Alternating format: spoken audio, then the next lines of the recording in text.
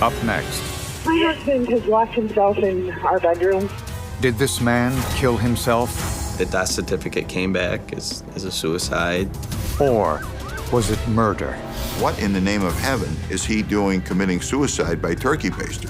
The evidence at the scene confounds investigators. There was something more going on with this. It just wasn't right. I mean, it's creepy, it's chilly. And it would take years before the forensics could figure it all out.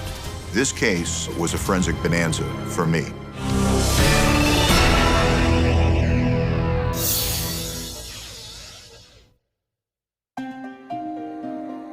The heating and air conditioning business was a lucrative one for David Castor. His perfectionism and attention to detail were well suited to the job. My dad was a very particular guy. He liked everything a certain way. Whenever we worked on something, if something was like a quarter-inch off or wasn't perfectly level, he'd start right from scratch, do it again. Things were going well for David Castor until his father died. The two had been very close, and David was having a hard time dealing with the loss. He was very depressed. I really felt for him. I just couldn't imagine what he went through, what was going through his head. David's wife, Stacy, told friends he began to drink heavily, and his behavior became erratic. When he locked himself in the bedroom and wouldn't come out, Stacy called police. My husband has locked himself in our bedroom for the last day. Friday night we got into an argument. He was aggressive, but he wasn't violent. Okay, don't cry. We're going to check on him, make sure he's okay. Maybe he's depressed. Are you guys going through something right now? Well, his father died a month ago, and he's been kind of weird acting the last month. David, are you inside? A sheriff's deputy arrived at the house, found the master bedroom door locked, and with Stacy's permission, broke the door down. This is a terrible scene. The guy sprawled naked on the bed. He's face down, but his head is in the corner against the wall. And there's a tremendous amount of vomitus and other biological material on the bed.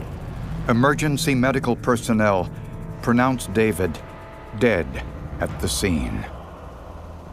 For lack of a better word, I felt kind of raped. Like a relationship was stolen from me. Like it was just taken away. On the nightstand, next to the bed, were two glasses. One was half full of a green liquid, another clear glass which had the remnants of something in it. You could see it on the bottom. The green liquid was sent to the lab for testing.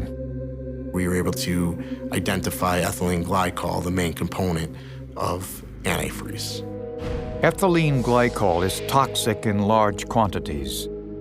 The autopsy confirmed David Castor ingested a lethal dose. The death certificate came back as a suicide. Under the bed, emergency personnel found a shotgun and a container of antifreeze. Investigators wondered if David Castor had a gun, why would he use antifreeze to kill himself? Maybe he didn't use the shotgun under his bed because he wanted to kill himself over 72 hours and as opposed to, 72 hundredths of a second. Another item confiscated during the initial search also raised questions. One of the deputies looked in the trash basket in the kitchen area and found a turkey baster. Well, the turkey baster had some traces of green liquid in it. Again, tests showed the green liquid was antifreeze, and scientists found DNA on the tip of the turkey baster. The only DNA on that turkey baster is at the tip, and it belongs to David Castor. What in the name of heaven is he doing committing suicide by turkey baster? I've never heard of such a thing. So investigators now wondered if they were dealing with a murder. The official ruling of suicide in David Castor's death was a hard sell for the investigators who were at the scene. They hadn't seen many suicide cases where ethylene glycol was used, and there were several contradictions. My gut was telling me that there was something more going on with this. It just wasn't right. For one thing, The victim's wife, Stacy Castor, told 911 operators something that contradicted the autopsy findings. Friday night, he got heavily intoxicated, slept through the day on Saturday. Yet the toxicology report showed no alcohol in his system. That caused us to raise our eyebrows again. There were 2 glasses found on David's nightstand. On the rims of both glasses was David's DNA. David's fingerprints were on the glass with the small amount of alcohol residue, but only Stacy's fingerprints were on the glass that held the antifreeze. If David had been drinking out of that glass and poured the antifreeze himself, he committed suicide by drinking out of that glass. Why didn't it contain at least 1 fingerprint of his? And the location of the antifreeze bottle on the floor beside David's bed told a story. There's vomitus dripping from the bed, and you can see that there's vomitus under the antifreeze jug, but there's no vomitus on the antifreeze jug itself. Proof, investigators say, that the antifreeze bottle was placed there after David consumed the antifreeze and got sick. And investigators found several things very odd about Stacy. When I interviewed Stacy, I asked her if she knew what the substance was in antifreeze that can kill you. And she said to me, ethyl glycol. I found it very strange because most people wouldn't know that. But off the top of her head, she knew that when I asked her. At the same time, Stacy would routinely mispronounce the word antifreeze. So maybe that's why he had the antifreeze idea. I'm not really sure.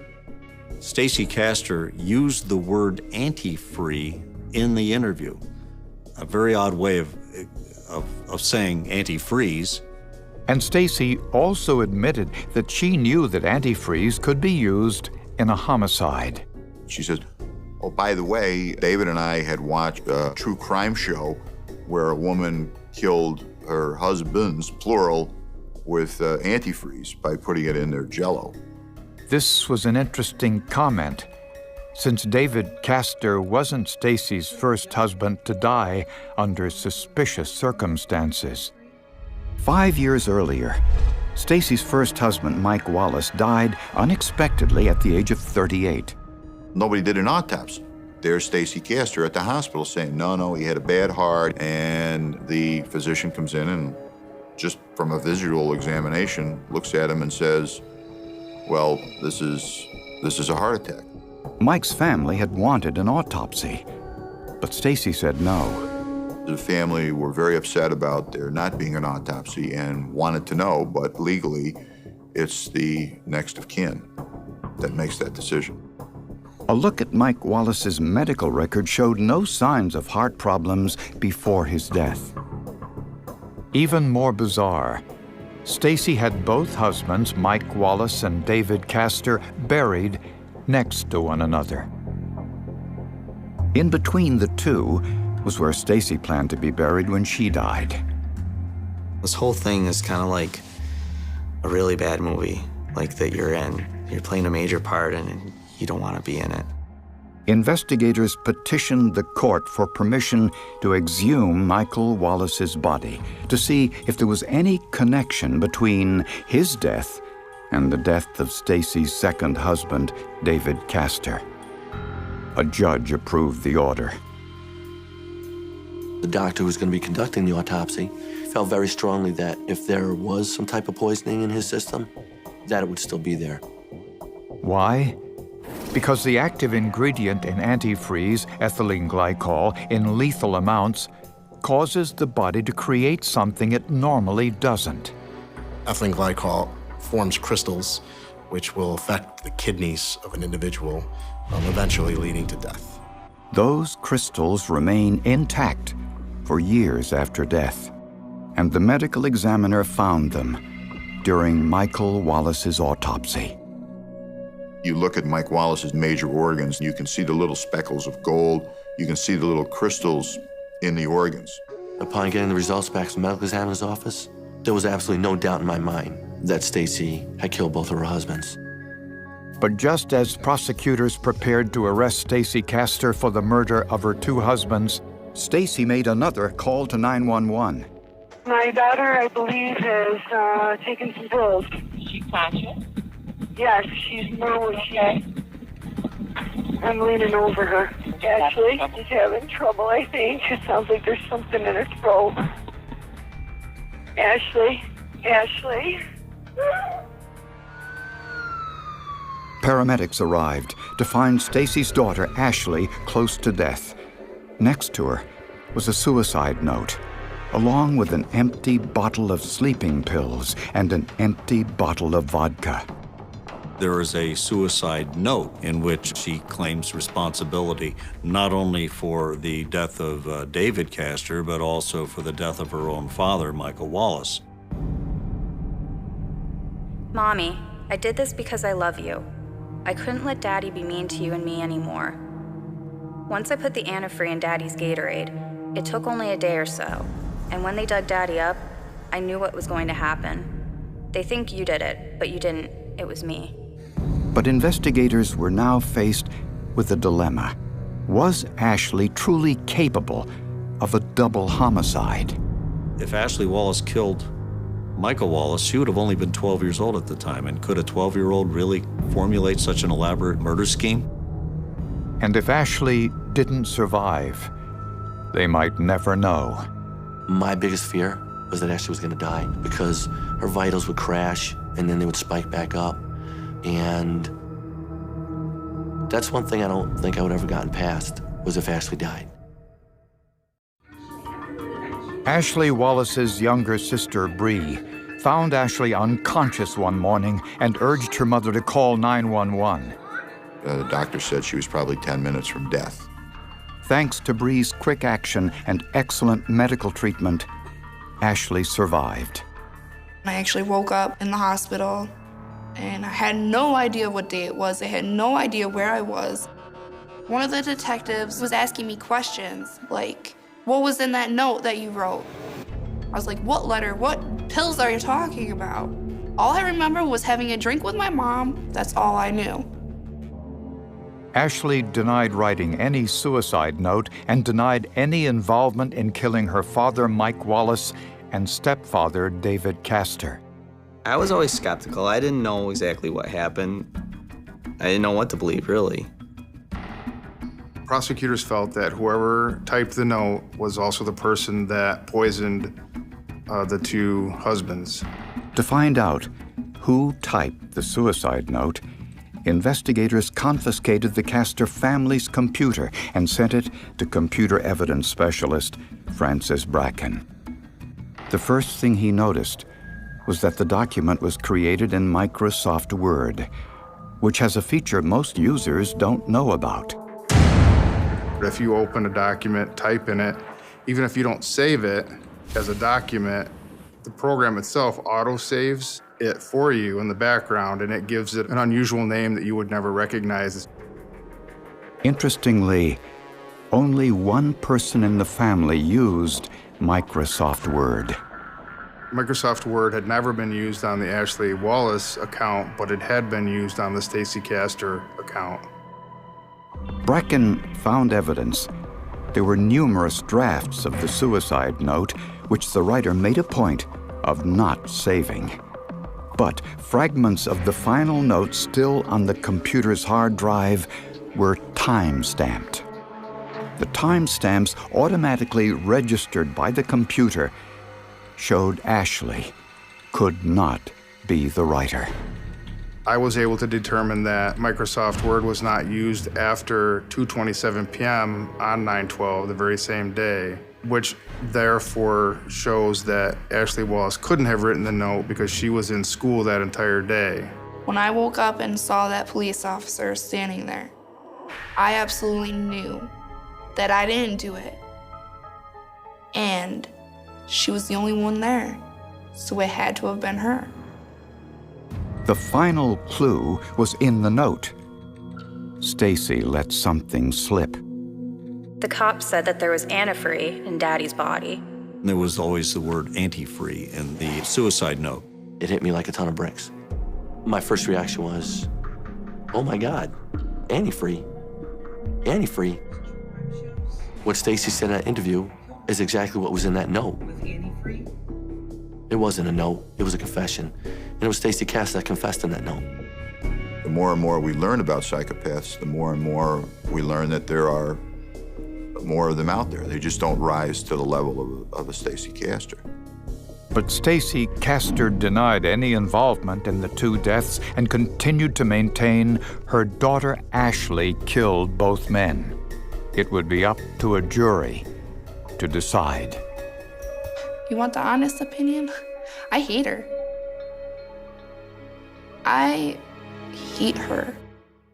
Solemnly swear to tell the truth, the whole truth, and nothing but the truth, so help you God? As Stacy Castor was about to go on trial for the murder of her husband David Castor and the attempted murder of her daughter Ashley, the question on everyone's mind was motive. I'll say that she is completely amoral. She is completely self-absorbed. Everything in life revolves around her. She's narcissistic to the extreme. She is troubled only by the inconvenience of other people. Mike Wallace becomes an inconvenience, I'll get rid of him. David Castor's an inconvenience, I'll get rid of him. Pick up some cash on the side, you know, parting gifts from Don Pardo as I leave the stage of life. My daughter, I've got to frame her. Financially, Stacy got a $50,000 insurance payout after her first husband's death. There was even more money after the death of Stacy's second husband. Our best estimate is that she probably pocketed, with the house, the business, the cars, the life insurance, close to $200,000 for David Castor.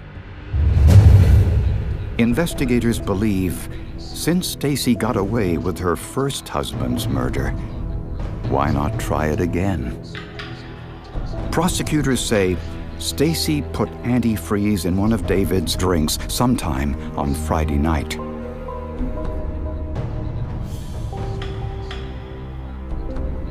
By the next day, David was unconscious but still breathing. The evidence shows Stacy tried to get David to drink more, but that didn't work. That's why only Stacy's fingerprints were on that glass. So Stacy used the turkey baster to force more antifreeze into David's mouth. That's how David's DNA was on the tip. Once Stacy realized she was about to be charged with David's murder and the murder of her first husband, Michael, Stacy came up with a plan to pin the murders on her daughter. Stacy created the suicide note on the family computer using phonetic spellings to words she routinely mispronounced, and typed the document around 2:30 in the afternoon when Ashley was in school. Later that night, Stacy mixed sleeping pills and other drugs into Ashley's drink and left her to die.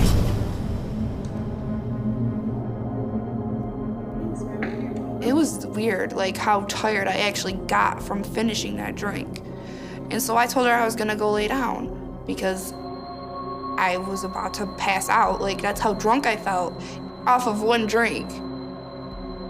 If Ashley's younger sister hadn't found her unconscious in bed the next day and demanded her mother call 911, Ashley would most likely be dead too. She killed two husbands. Then she tried to kill her own flesh and blood. There are no words that I'm familiar with in the English language that adequately convey that type of person. On the witness stand, Stacy insisted Ashley was the killer. You referred to her very negatively, didn't you? I'm sure I did. That's right, because she killed, after all, your two husbands, didn't she? Yes, she did. I can't give you a reason why she would do it. The jury didn't buy it. Stacy Castor was convicted of murder and the attempted murder of her own daughter. She was sentenced to a minimum of 50 years in prison. You're not just a danger to the general public, you're a danger to the people who love you and are closest to you. prosecutors could still charge Stacy for the murder of her first husband, Michael Wallace. But with Stacy serving a 50-year prison term, there doesn't seem to be much need. Ashley Wallace has no contact with her mother. If I was to go see her, there better be more than just a plexiglass window in between the two of us. I probably would slap her. But I'd be so mad and so angry that I would just scream and yell at the top of my lungs because I don't understand. I don't get it, and I don't think I ever will understand why she did what she did. Without the forensics, this case would have ended in 2005 with the death of David Castor being ruled a simple suicide as it was. And Stacy Castor would still be walking the streets today. And everything that she said and everything that she did just backfired on her right in her face. Because you're a killer. Bottom line, look yourself in the mirror. You know what you did. And you know what you tried to do to your daughter.